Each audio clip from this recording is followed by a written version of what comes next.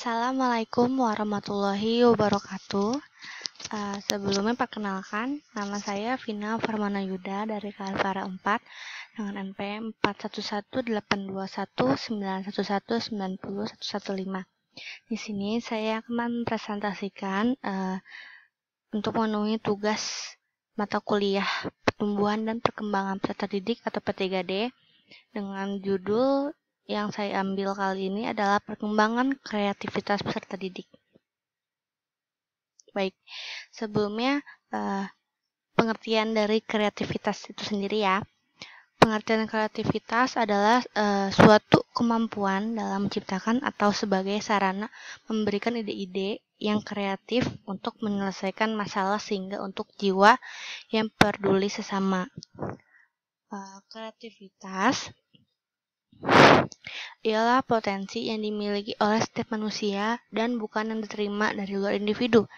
Kreativitas yang dimiliki oleh manusia lahir bersama lahirnya manusia tersebut. Sejak lahir individu telah memperlihatkan kecenderungan mengaktualisasikan dirinya dalam kehidupan ini. Kreativitas sangatlah penting, karena kreativitas ialah suatu kemampuan yang sangat berarti dalam proses kehidupan manusia. Dengan demikian, kreativitas sebagai salah satu kemampuan seseorang dalam menciptakan sesuatu ide yang baru dengan memiliki gagasan yang relatif berbeda pada ide sebelumnya. Maka pengertian dalam menciptakan kreativitas yang tinggi akan memunculkan ide dan gagasan atau sebuah keinginan yang baru dari pemikiran yang memiliki kemampuan untuk menciptakan tindakan sesuatu yang bermanfaat. Sebelumnya saya akan memberikan pengertian kreativitas menurut para ahli. Contohnya menurut Connie R. Semiawan. Kreativitas itu merupakan modifikasi. Modifikasi apa? Modifikasi sesuatu yang telah ada menjadi sebuah konsep baru. Dengan begitu, terdapat dua konsep lama yang dikombinasikan menjadi suatu konsep baru. Next, ada definisi kreativitas. Kreativitas ialah kemampuan seseorang menciptakan sesuatu yang baru dan berbeda, entah sifatnya masih imajiner atau yang sudah diekspresikan dalam bentuk suatu karya. Baik, selanjutnya saya akan ada kriteria kreativitas. Yang pertama ada sensitivity to problems, yang artinya kreativitas dilihat dari kepekaan terhadap masalah yang muncul.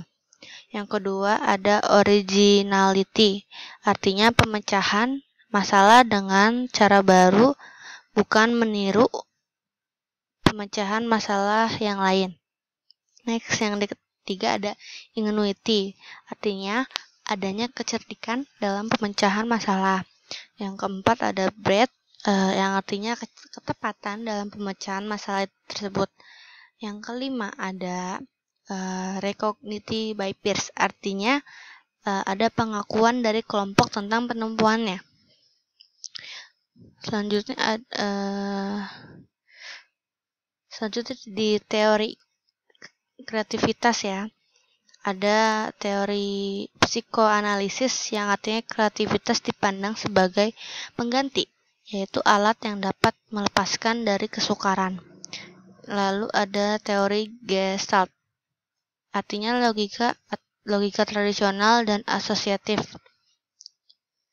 Lalu ada teori interpersonal, artinya kreator dan inovator.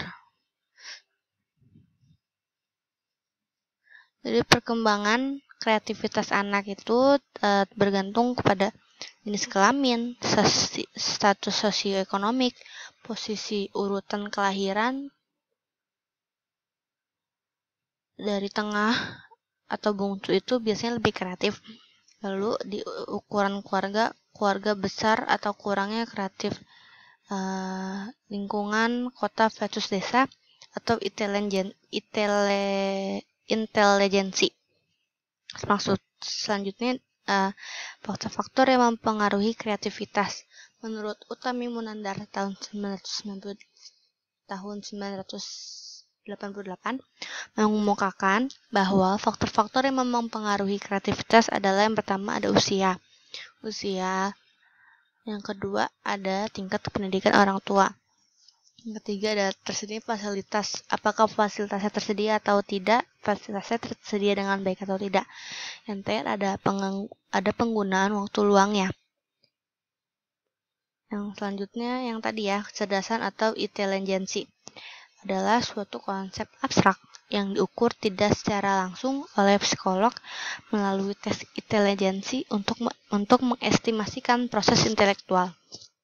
Selanjutnya, komponen utama intelijensi, kemampuan verbal, keterampilan memecahkan masalah, kemampuan belajar, dan kemampuan beradaptasi dengan pengalaman dalam kehidupan sehari-hari. Selanjutnya ada pendekatan terhadap kreativitas. Pendekatan dalam studi kreativitas dapat dibedakan menjadi dua jenis. Yang pertama ada pendekatan psikologis, yaitu kekuatan sebagai faktor penentu kreativitas individu. Yang kedua, ada pendekatan sosiologis, yaitu interaksi sosial sebagai pembentuk kreativitas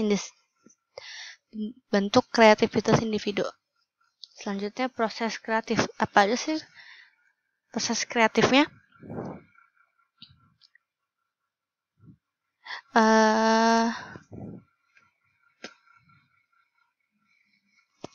Baik, di proses kreatif kali ini ada 4 tahap. Ada 4 tahapan dalam proses kreatif. Yang pertama ada tahap persiapan, yaitu dengan memformulasikan suatu masalah dan membuat usaha awal untuk memecahkannya. Yang B, ada tahap inkubasi, yaitu masa di mana tidak ada usaha yang dilakukan secara langsung untuk memecahkan masalah dan perhatian dialihkan sejenak pada hal yang lain. Tahap inkubasi dapat membebaskan kita dari pikiran-pikiran yang melelahkan akibat proses pemecahan masalah, yaitu dengan menghentikan proses pemecahan masalah dalam beberapa waktu untuk menyusun kembali pemikiran-pemikiran kita terhadap masalah yang kita hadapi.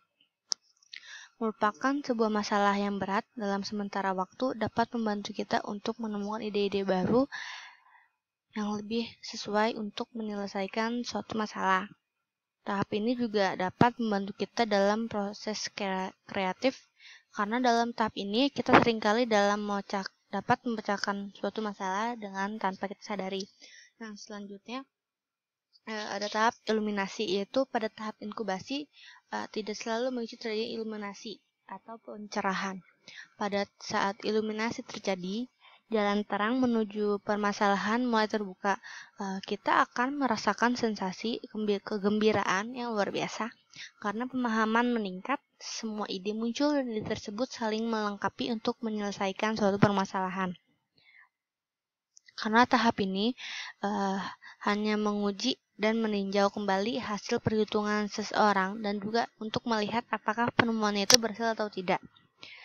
Seseorang yang selalu melakukan hal yang sama dari waktu ke waktu ataupun yang memiliki pemikiran yang sama dari waktu ke waktu itu dianggap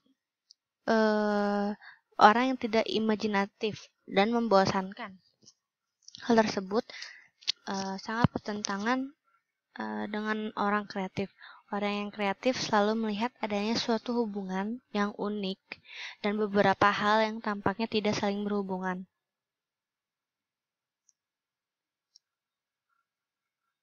Selanjutnya ada tahap verifikasi. Tahap verifikasi umumnya lebih singkat daripada tahap-tahap sebelumnya, karena tahap ini hanya menguji dan meninjau kembali hasil perhitungan seseorang dan juga untuk melihat apakah penemuan itu berhasil atau tidak. Selanjutnya ada teknik dalam berpikir kreatif. Ada 5 teknik dalam berpikir kreatif menurut Faisal Rifai, yaitu dengan merangsang ide. Kedua ada mendaftar sifat atau atribut listing. Yang ketiga ada hubungan yang dipaksakan atau forced relationship. Yang keempat ada sumbang saran atau brainstorming. Yang kelima ada prinsip perselang-seling dari satu orang ke orang lainnya. Next ada strategi 4P atau 4P dalam pengembangan kreativitas. Yang pertama ada pribadi, dari pribadi dia sendiri. Itu dari diri sendiri. Yang kedua ada pendorong-pendorongnya dari mana aja, dari kayak lingkungan, keluarga, atau lingkungan dia bermain, atau lingkungan dia bergaul. Selanjutnya ada prosesnya sih, gimana sih proses dia dalam pengembangan kreativitas itu, apakah benar-benar berhasil atau tidaknya, atau kayak betul gak sih yang dia kerjakan dengan proses yang dilakukan tersebut. Selanjutnya ada produk. Produk itu bisa jadi kayak hasil suatu karya yang dia ciptakan, yang diciptakan dari suatu orang yang kreatif itu. Selanjutnya ciri-cirinya, ciri-ciri kepribadian orang yang kreatif itu apa aja sih? Yang pertama ada pemimpi yang realistis, energik dan fokus biasanya. Lalu rasa ingin tahu yang tinggi, memiliki passion yang kuat, terus dengan bangga dengan pencapaiannya, bangga dengan apa aja sih, dengan apa aja yang dia kerjakan. Jadi kayak dia bisa menciptakan suatu karya, jadi kayak bersyukur aja, selalu bangga dengan apa yang dia kerjakan dan selalu bangga dengan apa yang dia capai. Selanjutnya ada pengembangan kreativitas dalam pembelajaran. Itu yang pertama ada menyadari adanya masalah, lalu diidentifikasi akar masalahnya itu apa, terus mencari rujukan dalam upaya pemecahan masalah, lalu merumuskan berbagai alternatif solusi, lalu menilai setiap alternatif solusi. Yang terakhir ada mengembangkan alternatif terpilih menjadi sebuah karya inovatif. Terima kasih. Kurang lebihnya mohon maaf. Terima kasih. Wassalamualaikum warahmatullahi wabarakatuh.